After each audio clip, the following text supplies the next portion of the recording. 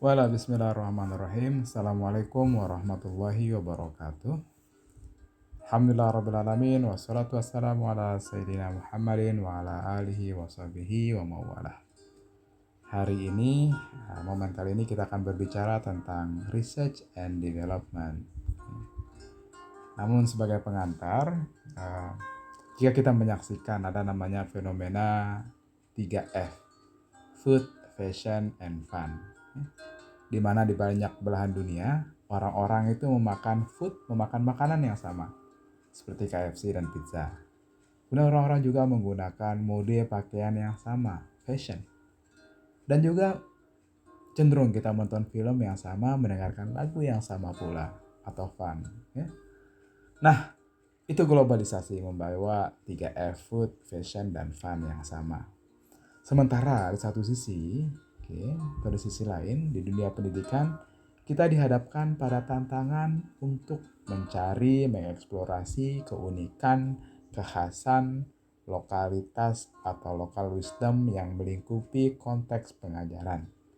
Misalnya bagaimana memasukkan nilai-nilai PIL Pesenggiri ke dalam pembelajaran PAI, ke dalam pembelajaran bahasa Inggris di Lampung misalnya. Itu menarik untuk diteliti.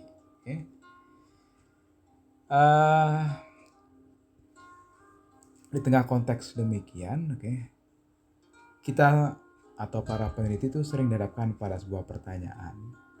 Metode penelitian apa yang baik dilakukan agar kita dapat merespon globalisasi, mengakomodir lokalitas, dan menghasilkan output penelitian yang lumayan bagus.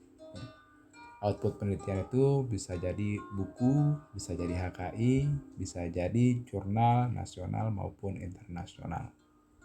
Nah, kalau kita menginginkan output penelitian yang kaya, yang beragam, yang bagus, saya kira R&D adalah salah satu jawaban yang terbaik. Untuk itu kita perlu berkenalan dengan definisi R&D atau Research and Development. Kita coba susun secara kronologis ya. Borg and Gold mengatakan R&D adalah a process used to develop and validate educational product. R&D adalah proses untuk mengembangkan dan memvalidasi educational product atau produk-produk pendidikan. Sementara itu, Sugiono mengatakan bahwa R&D itu digunakan untuk menghasilkan produk tertentu dan menguji keefektifan produk tersebut. Sementara itu, ahli lain mengatakan R&D adalah penelitian yang dilakukan oleh praktisi untuk menghasilkan produk yang dapat digunakan untuk meningkatkan kualitas kinerjanya dan mengatasi masalah yang terjadi di tempat kerja. Kita mengalami permasalahan mengajar PAI di SD. Karena ternyata buku yang ada sudah tidak up to date atau buku yang ada tampak belum mengakomodir, belum memenuhi semua kebutuhan siswa. Nah, kita bisa mengembangkan itu, mengembangkan produk ajar. Intinya R&D adalah upaya untuk menghasilkan produk inovatif. Ya. Jadi R&D itu berbeda dari kuantitatif.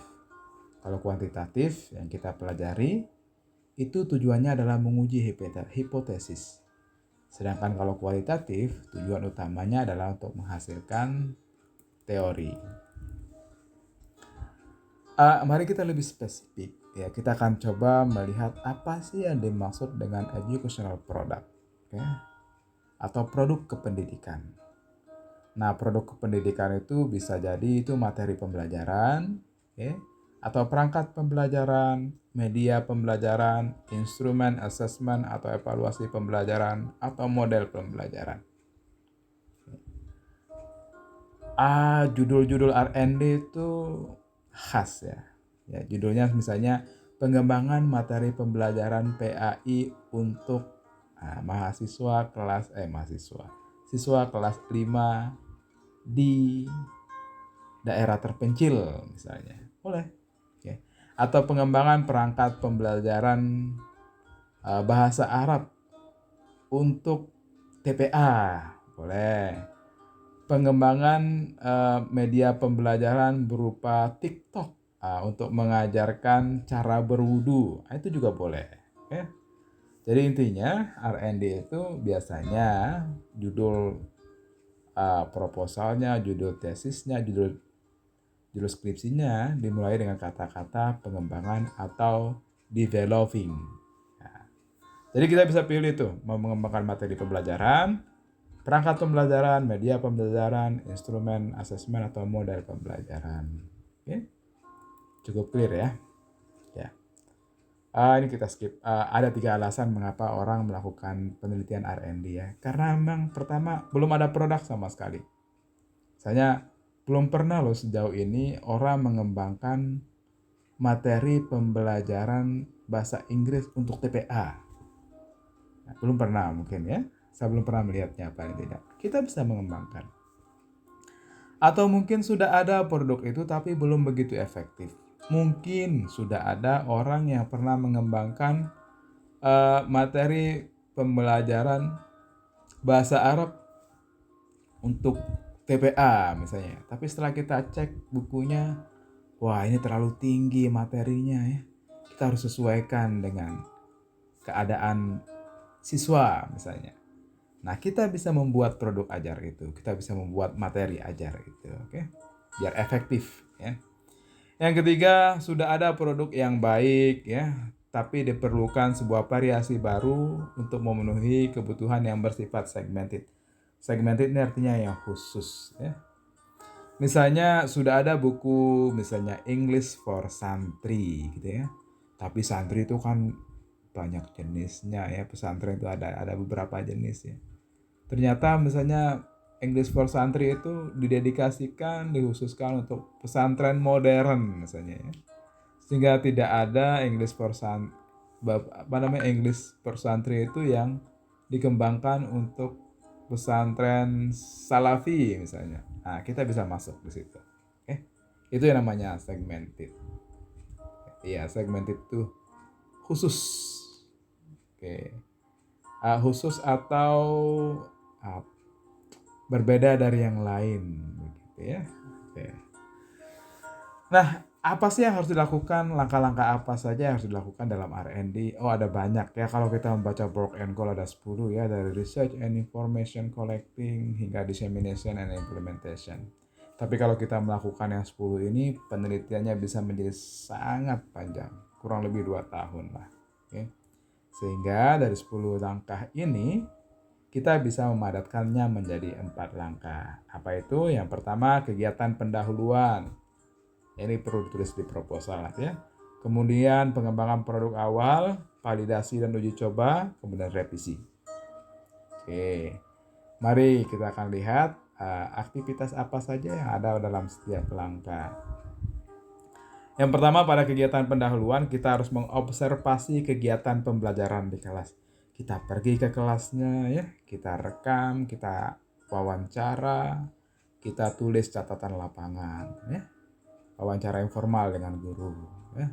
Kemudian yang kedua, kita menyusun literature review, membaca handbook, merangkum jurnal mutakhir, kemudian kita bikin dia menjadi semacam kajian teoritis ya, atau bab 2. Yang ketiga adalah menyusun angket analisis kebutuhan ya. Kita bikin angket, tanyakan gurunya itu perlunya apa, peserta didiknya itu maunya belajar apa. Itu kita tulis di analisis kebutuhan. Itu langkah yang pertama. Kemudian langkah yang kedua adalah mengembangkan produk awal. Nah, berdasarkan hasil wawancara, berdasarkan observasi di kelas, berdasarkan hasil needs analysis, kita susun deh buku. Ya. Kita ingin menyusun buku tapi harus tahu spesifikasi produk namanya ya. Kita buat dulu spesifikasi produk. Nama produknya apa? Oke. Ini bagusnya untuk siapa? Tujuan buku ini apa? Komponennya apa saja? Berapa bab ya? Bagaimana cara mengatur babnya? Apakah dari yang mudah ke sulit biasanya ya.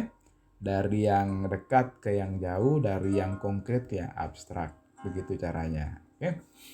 Kemudian bagaimana cara menggunakan produk yang yang kita telah kembangkan itu. Itu harus ditulis dalam spesifikasi produk.